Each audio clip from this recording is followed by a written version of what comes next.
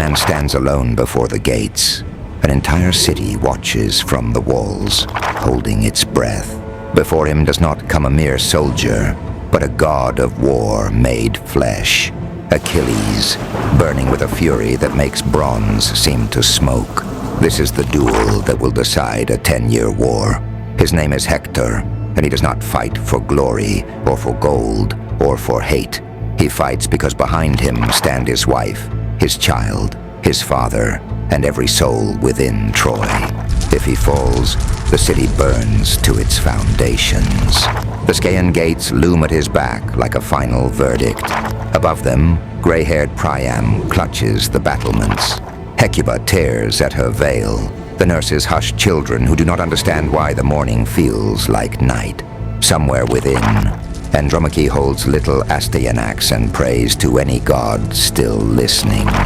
Hector knows they are watching. He knows too that Achilles is not a rumor but a storm. Swift feet, ash-bright armor, a spear that finds the seam between breath and bone. The Greeks call him invincible. Hector calls him necessary. He checks the leather thongs, adjusts the horsehair crest. He remembers the long, slow famine of the siege, the litters of the sick, the boys who became men on the wall and then names carved into cedar. He remembers the failures of princes and the treachery of gods, how oaths broke like thin ice when Paris vanished from the duel and the truce shattered like a fallen amphora. He remembers the day the Trojans surged to the ships, the smell of pitch, and the taste of a victory too bright to last. Through it all, duty never loosened its grip.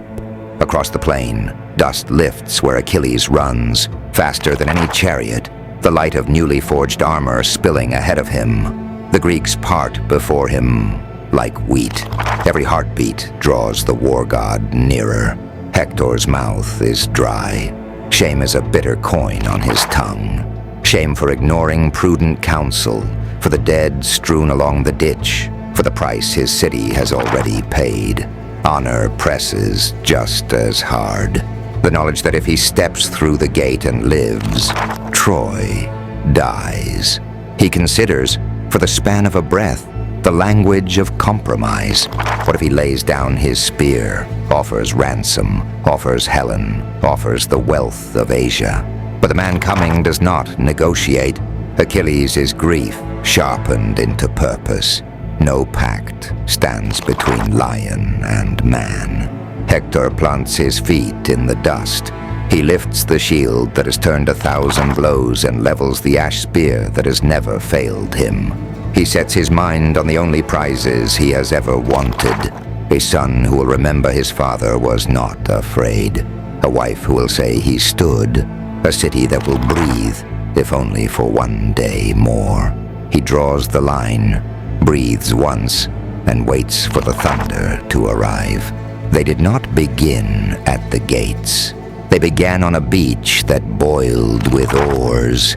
The horizon darkened with a forest of masts. And the Trojans, confident, proud, and too sure of their gods, ran down from the plain to break the landing. Bronze flashed in surf. Spears hissed over white water. For a heartbeat, the sea seemed to push the Greeks back. Then one man leapt from a black ship, and the world tilted. Achilles hit the sand with the Myrmidons at his heels, black-armed killers moving like a single blade. And the near repulse dissolved into slaughter. The beachhead rooted itself in blood. The ships were dragged ashore, beached like 1,000 iron-backed whales, and the war learned to breathe. Years followed, long and identical. Dawn skirmishes, noon parley, dusk funerals. The Greeks threw up walls of earth and timber around their camp. The Trojans manned towers built by gods and repaired by mortals with raw hands. Neither side could finish what pride had started. Storms rotted sails, plague stalked tents, winter gnawed even kings. Inside Troy, granaries shrank as quickly as boys outgrew childhood. Water carriers learned to walk silently past the houses that no longer opened. Mothers measured children against lintels and found them smaller by fear. Out on the beach, the Greeks started to rot from the head. Agamemnon, lord of men, lord of grudges, quarreled with everyone who could still look him in the eye. Odysseus bartered wisdom for time and time for more arguments. Ajax carried a camp on his back while lesser chiefs juggled glory like dice. And then came the insult that split the coalition open. Agamemnon took Briseis from Achilles, and the best blade in the world slid back into its sheath. The Myrmidons shuttered their tents. Morale curdled. Men who feared no Trojan began to fear the day itself. In that vacuum, a truth sharpened. The true wall of Troy was not cedar and stone. He was a man who refused to break. Hector learned to read the weather of war, to move reserves before the scream reached the gate, to pull hot-headed cousins from death and send them back as captains. He bled the impatience out of charges, steadied the javelin line when Greek champions prowled, and made the city's rhythm match his breath. When Paris talked of duels and gods, Hector counted rations. When seers promised omens, he counted widows. He honored the shrines, yes, but he trusted logistics more than lightning. He fought knowing the cause was stained, his brother's theft, his city's oath chained to a foolish desire. And still he fought, because duty does not ask to be clean, only to be carried. The stalemate's years etched him into a habit the Trojans would not survive losing. When Achilles sulked, Hector advanced. When famine gripped, he rationed and reassured. When plague whispered, he kept the guards on their posts and the gates oiled. 10 years of sand and smoke brought the morning at the Scaean gates. Not destiny, but accumulation. Every watch changed on time. Every child quieted. Every promise kept under a sky that promised nothing back. By the time Achilles reappeared, blazing in new armor, Troy's last defense was already standing in the dust. A man who had been a wall so long he no longer remembered how to be anything else. They tried to end a decade with a single throw of the spear. Heralds walked the line between camps with olive boughs. Oaths were spoken aloud so that even the dust could testify. If Paris beat Menelaus, he kept the wife he stole. If Menelaus won, Helen and the treasure returned, and the ships rowed home. Priam watched from the wall. Agamemnon stood rigid by the chariots. The gods, who love wagers more than justice, took their seats over the plain. They armed the lovers' quarrel like a war. Menelaus came out heavy with experience, a solid hinge of a man who had seen more winters than ballads. Paris shone like a statue, gold on gold, perfect lines, a prince, painted by vanity. Even the wind seemed to smirk. Spears lifted. The field held its breath. It went the way duty said it should. Menelaus pressed forward, rough and relentless, the kind of fighter who wins by still being there after the beautiful men are exhausted. Paris's first cast glanced from the Spartan's shield. Menelaus's riposte hammered into Paris's buckler and drove him 2 steps into the dust. Close now, too close for the lyre songs. Menelaus hooked Paris by the crest and wrenched. Bronze screamed. The Trojan slipped. The Greek dragged him like a wolf drags a deer, and the end stood up in the air bright as a blade. And then the rules changed. Aphrodite, who had crowned Paris judge of beauty long ago, reached down where oaths cannot follow. The chin strap snapped, though leather cannot snap that way. A mist sweeter than breath folded over Paris. The weight in Menelaus's hands turned into an empty helmet. and the prince disappeared from the center of the world. On the wall, Priam blinked. On the beach, Agamemnon roared. In the middle, Menelaus stood with a trophy and no corpse. The truce ruptured like rotten cord. Stones flew first, then arrows, then the usual truth of bronze. Each side shouted that the other had cheated. Both were right, which is the worst way to be wrong. The day went black with dust and broken promises. Whatever slender bridge words had built between the armies fell into the river. Hector found Paris not on the field, but indoors, perfumed, reclothed by a goddess who thinks love is the same as safety. Rage is easy when you hate. It's heavier when you love the city that this man is going to get killed. Hector did not speak like a brother. He spoke like a wall cracking. He called cowardice by its name, told Paris that a prince who vanishes is a curse, told him to arm up or hide forever and let the people see what they were dying for. Then he went out to do the job that remained when peace dies. Hold the line, contain the panic, make the sum of other men's failures into a plan. The gods had shown their hand. The oaths were ash. Hector accepted the arithmetic of the impossible. Fight on for a cause he despised, because the faces behind him were not a cause at all, but a city, and cities cannot flee. He walked out between the armies because someone had to make the noise stop. Hector planted his spear in the trampled earth and called for a champion. No boasts, no theatrics, just a clean offer. Single combat to quiet the slaughter, and by Troy a day of breath. The Greek line rippled with names. Diomedes, Odysseus, the sons of Atreus. Each warrior measuring pride against prudence while the wind carried Hector's voice along the ditch and wall. They cast lots, because courage in councils always wants a coin to blame. The knucklebone jumped, rolled, and kissed the ground for Telamon's son. Ajax strode out like a tower that had decided to walk. His shield was a door torn off a citadel, 8 layers of hide bound over bronze, its shadow big enough for a man to live in. Hector's heart didn't blink. He lifted the ash spear that had kept the city alive for 10 years and stepped forward to meet a mountain. They began with distance, with the grammar of spears. Bronze sang, wood shuddered. Each cast bent the air and struck something hard. Shield, rim, or ground, too stubborn to die. Ajax's thrust cut the crest from Hector's helmet. Hector's tip bit the rim of Ajax's wall and stuck, quivering like a verdict deferred.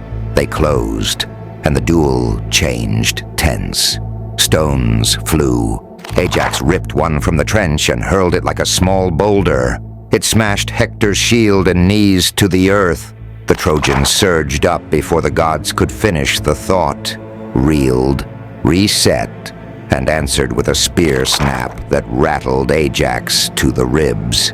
Close enough now to taste iron, they stabbed for gaps that didn't exist, and found instead the discipline of men who have trained their bodies to be walls. Around them, both armies forgot to hate.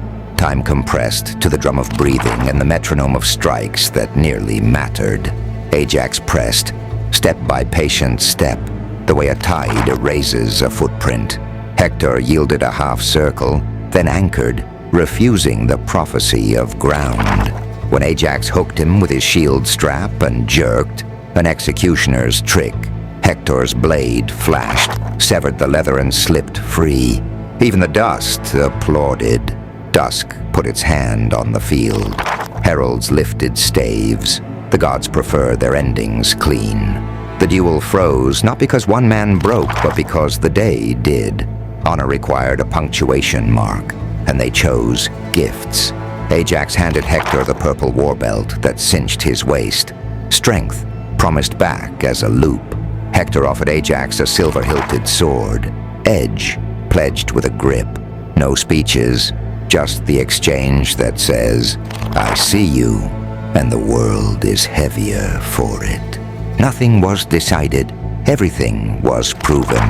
Hector walked back into Troy, taller than its gates. Ajax rejoined the line, larger than his shield. Respect had a good day. The war kept its job. It did not begin with a spear. It began with a slight. Agamemnon, swollen with kingship and insecurity, took Briseis from Achilles, as if the greatest sword in Greece were a conscript to be pushed around. No counsel, no apology, just the logic of a man who believes command equals ownership. Achilles' answer was not thunder, but subtraction. He stepped out of the war. He closed the flap of his tent and with that small gesture, pulled the spine from the Greek host. The effect was instant and chemical. Courage curdled. Men who had swaggered for 9 years suddenly remembered their children's faces. The Myrmidons stacked their shields like unused tools. Rumor ran the trenches faster than any herald. Achilles will not fight. In the council, Odysseus argued discipline. Nestor argued memory. Diomedes argued steel, but arguments don't bleed for you. The camp's heartbeat slowed. Hector heard it. From Troy's high places, he could feel the enemy's pulse, sense the drag in their step, the hollowness in their shout. He did what defenders must do when the world gives them one window. He threw it open and jumped. Gates swung. Horns howled. For the first time in a decade, the Trojans didn't brace for impact. They delivered it. They poured onto the plain like men late for their own rescue. Hector in the van, plume low, voice level, killing not for trophies, but for distance. Always toward the sea, always toward the ships. He knew the arithmetic. Walls keep you alive, but fire ends wars. Burn the black hulls and the kings of Greece become castaways with no road home. The Greek line bent where it had once bitten. Without Achilles, Ajax became a dam against a flood. Odysseus a surgeon stitching panic into formations. Even so, the Trojans drove stakes into the ditch, flung burning brands, hauled ladders to the rampart. Simois and Scamander watched their banks darken with churned blood. A chariot flipped. Hector vaulted it. A captain begged quarter. Hector gave him time enough to pray and moved on. No gloating, no pause, purpose. Inside the ships, oars creaked in fear. Agamemnon raged and promised and wept, sometimes in the same sentence, offering hecatombs to gods he'd insulted and gifts to a man he'd humiliated. None of that mattered on the berm where spears decide theology. Torchlight began to stitch along the Greek palisade. A spark kissed a sail and ran like laughter up the canvas. Hector pointed to the hulls. "There," he told his drivers. "History lives there." They battered the gate, toppled a tower, burst through the breach and surged among the ships. Greek captains locked shields in alleys of rope and mast. Flame took a tongue of wind and licked at a stern post. For a heartbeat, you could see the end. A fleet becoming funeral pyres. The alliance collapsing into ashen stories. Troy saved by a fire it did not have to endure. All that stood between the blaze and forever was a name that for the moment refused to leave its tent. He did not change Achilles' mind. He changed the silhouette on the horizon. Patroclus, heart ragged from watching Greece buckle, went to the only door that mattered. He did not beg for glory. He asked for a disguise. "Let me wear it," he said. The helm with its horsehair blaze, the god-bright cuirass, the round world of the shield. Let them think you've returned. I'll drive them from the ships, no farther. Achilles, still iron against Agamemnon's theft. bent at last to a different debt, the love he bore this friend. He lashed permission to a warning. Push them back, save the fleet, then stop. Leave the walls, the killing stroke, to me. The Myrmidons poured from their tents like wolves slipped from a chain, their captain for a day glittering in borrowed thunder. The effect was pure chemistry again, but reversed. Trojan bravado, fat from victory's taste, curdled into caution. Across the ditch, the rumor arrived sooner than the javelins. Achilles is here, shields lifted higher, knees felt the weight of bronze. Patroclus hit the breach like surf. He did not have Achilles' cold, surgical malice.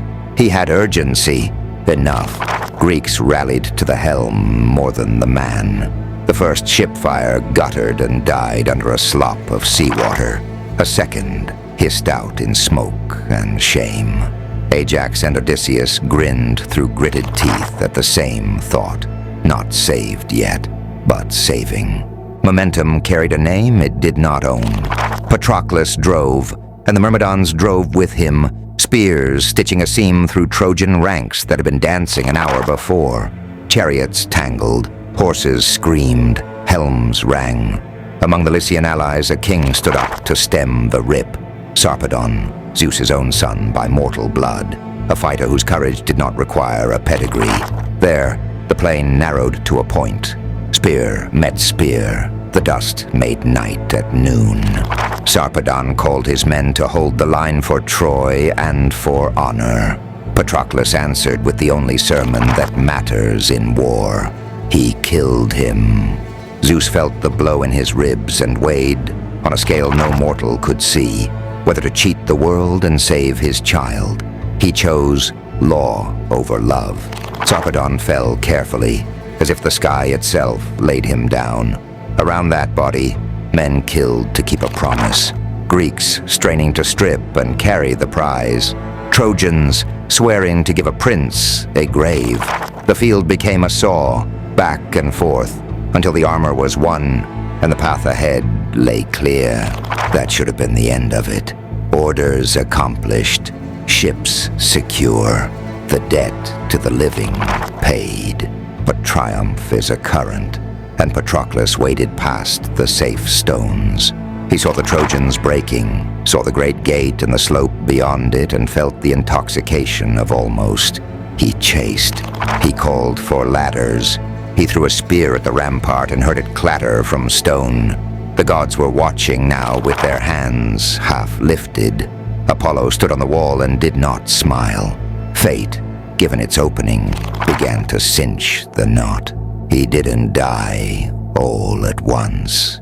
First, a god took away his name. On the wall, Apollo had watched the counterfeit blaze toward Troy and decided the lie had gone far enough. He stepped down, invisible, came up behind Patroclus like a cold wind, and struck between the shoulders with a hand no mortal could brace against. Bronze sang. The world lurched.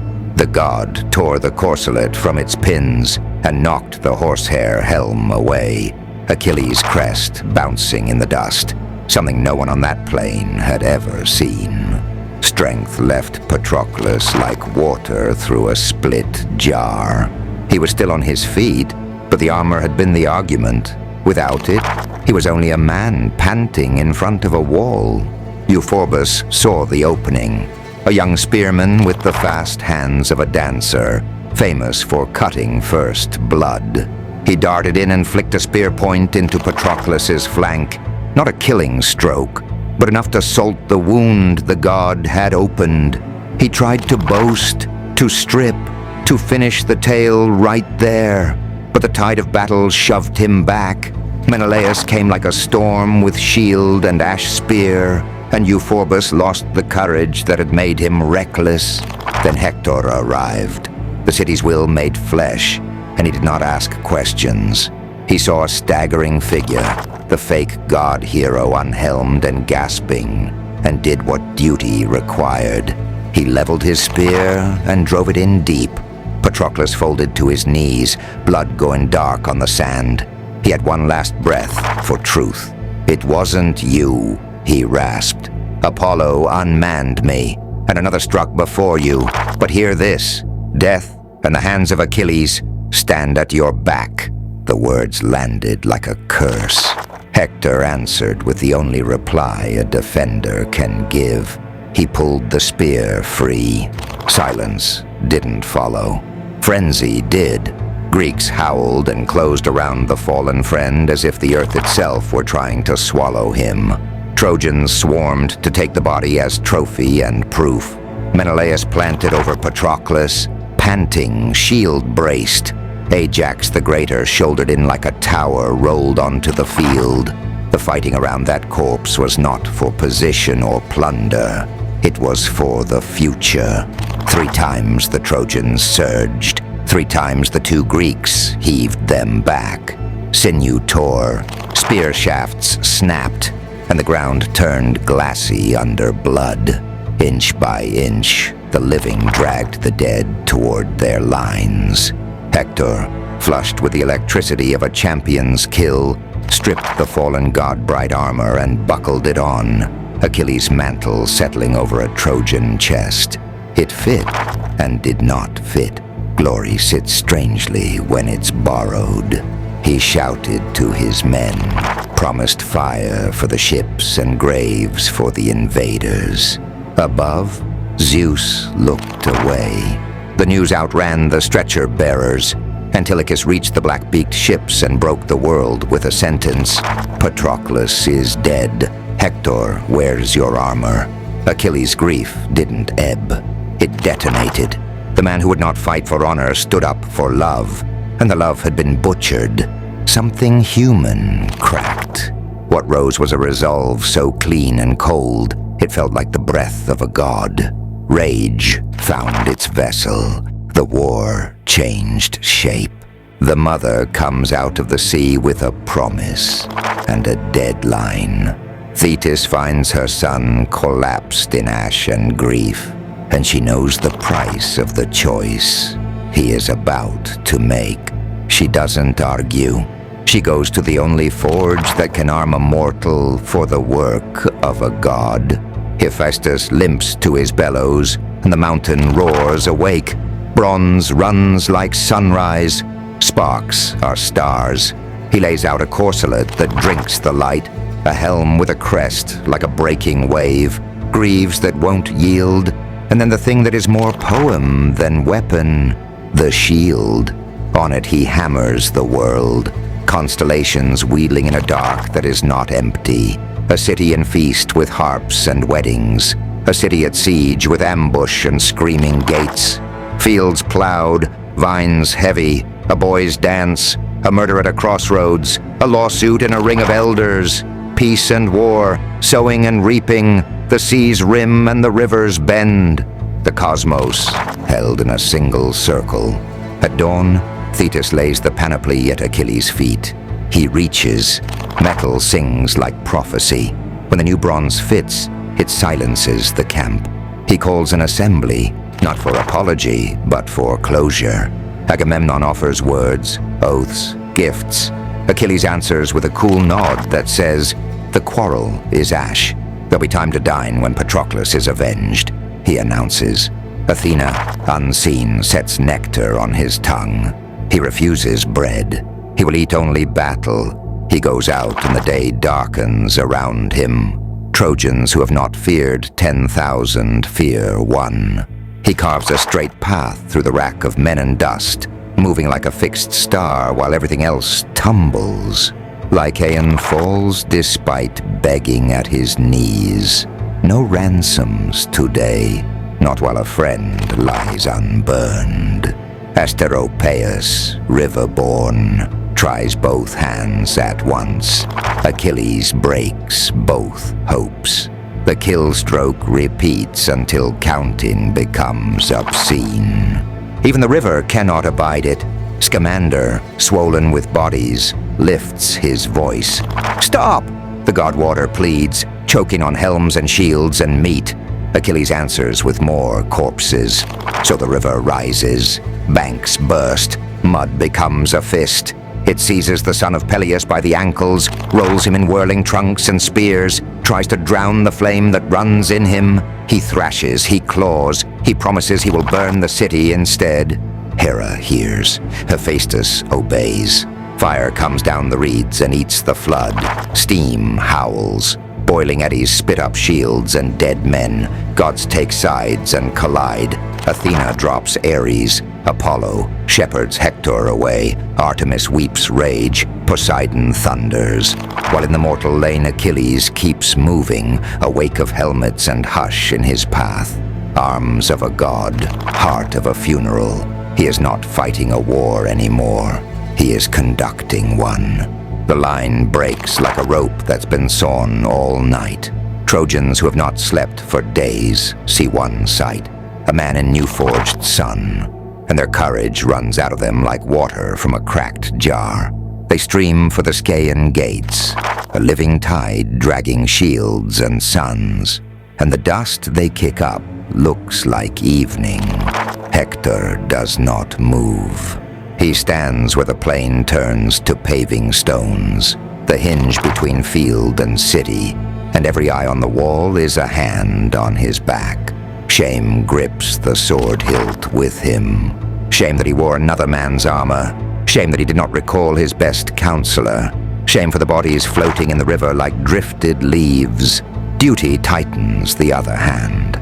Father, mother, wife, child. A city that has taken his name and made it a verb, to stand.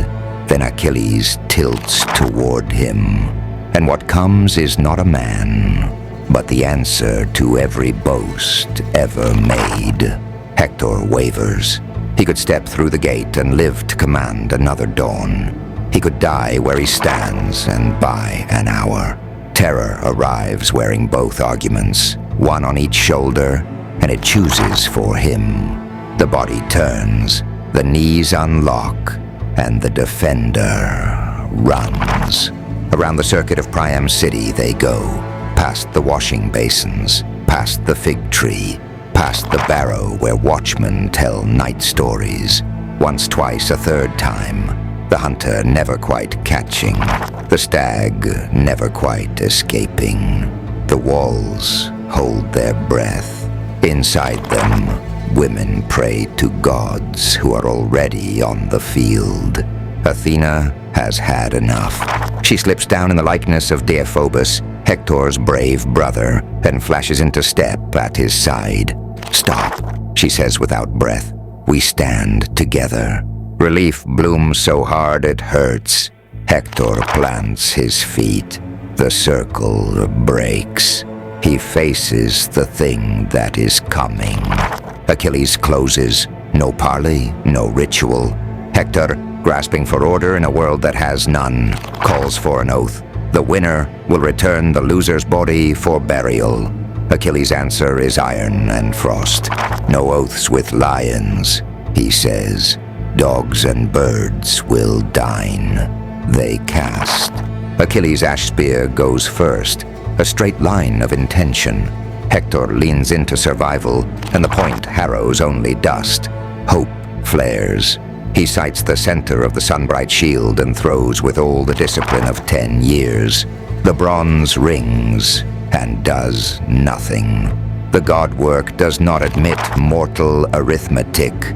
His last spear lies far behind his last fear. "Brother," Hector calls, eyes cutting sideways. Another spear. Deiphobus is gone. The god's kindness was a trap. It ends because all hunts end. Achilles lifts the recovered ash, knowing his own old armor like a map. Every plate and thong, the treacherous seam where collar meets gorget.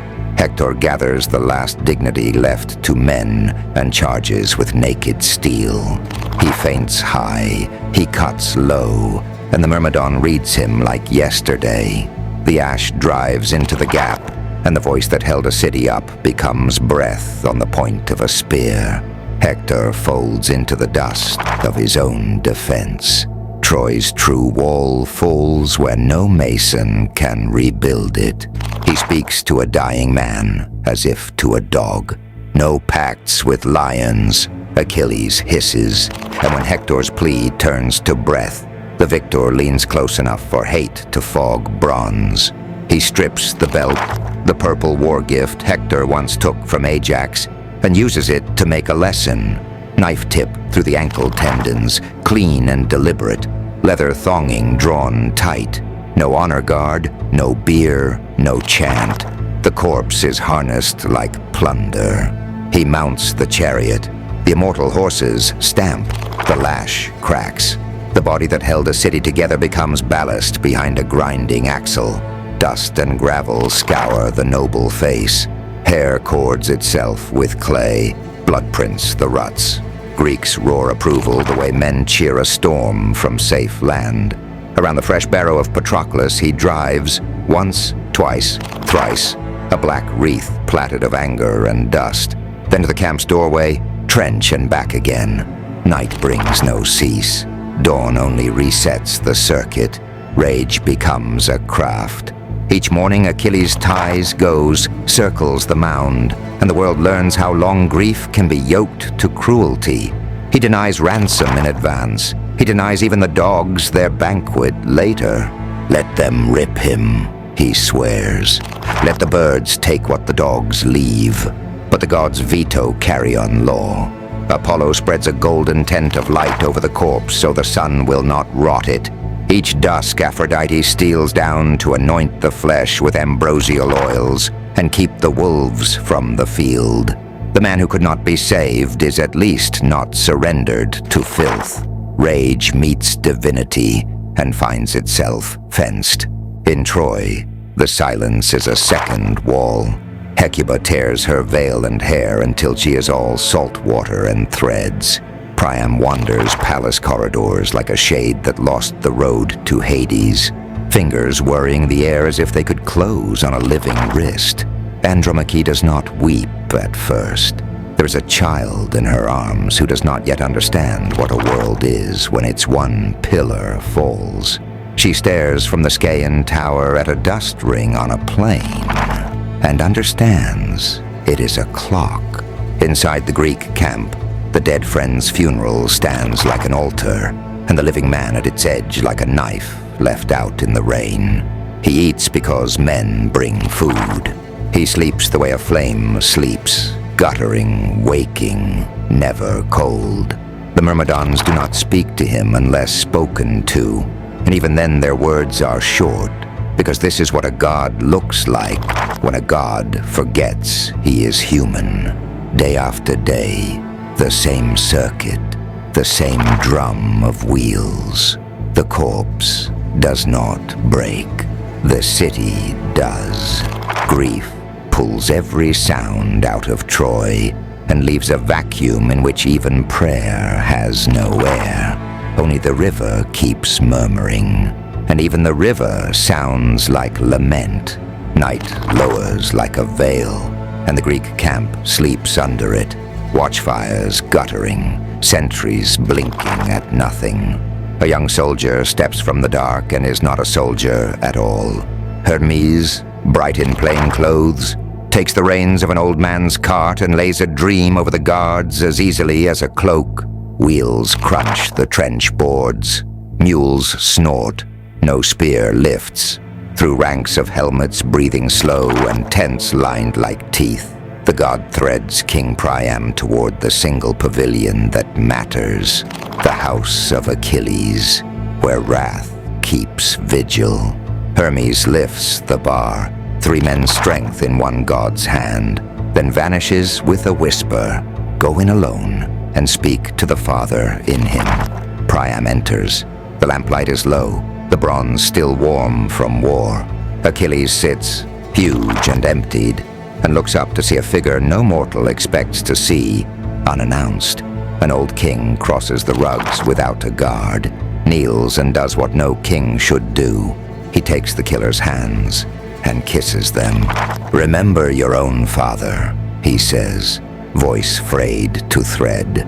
Peleus is as old as I am. He hopes to see you come home. I have no hope. I've kissed the hands that killed my son. The words cut where armor cannot. The image of Peleus in a distant hall, hands searching for her absent son, splits Achilles like a wedge. Pride, then rage, then something more ancient than either. Pity surges up and breaks him. He lifts the old man gently, and together they weep, not as enemies but as two shores of the same sea of loss. Priam for Hector, Achilles for Patroclus, both for themselves. When the tears ebb, Achilles becomes host, not butcher. He orders bread and roasted meat, bids the king eat, and when Priam falters, he steadies the cup himself. Then the warrior's prudent fear returns, not fear of Greeks or Trojans, but of his own suddenness. Do not anger me again tonight, he warns softly, almost to himself. He sends women to wash Hector's body, to anoint it and shroud it, so that a father will not have to see what a chariot did. They lay the prince on a bier fit for a king, all wounds hidden, the face restored by the god's own care. Ransom is named and accepted, gold and bronze and woven wealth, but the true price is time. Priam asks for days to mourn and build the pyre. Achilles grants 12. Until the 12th sunrise, he says, no Greek will raise a spear. Outside, the sentries still sleep. Inside, an agreement older than treaties stands. Two men have remembered they are human. Before dawn, Hermes returns to guide the cart back through the dreaming camp. Behind them, wrath rests. Ahead, a city wakes to grief with a body to bury, and for a little while, the mercy to do it. Dawn drags a gray veil over the towers as the gates groan open to receive a king with a burden. The bier rolls in. Hector comes home at last, washed, anointed, veiled, laid out not as a trophy but as the prince he was. The city gathers to the sound of keening that tightens the throat and salts the tongue. Andromache reaches him first. She does not faint. She folds over his still face and speaks to the future that will not be, to the small hands of Astyanax that will never grip a father's spear, to the empty threshold where a husband will not return. Her words are not poetry. They are a ledger of vanished days, bread broken, helm buckled, a child lifted laughing, now ash in the mouth. Hecuba follows, mother before queen. She pulls at her veil and calls him light of the house, then curses the day gods taught men to make bronze. Each name she utters, sun, shield, pillar, breaks on the floor like pottery. Even Helen comes, the quiet pivot of a decade's blood.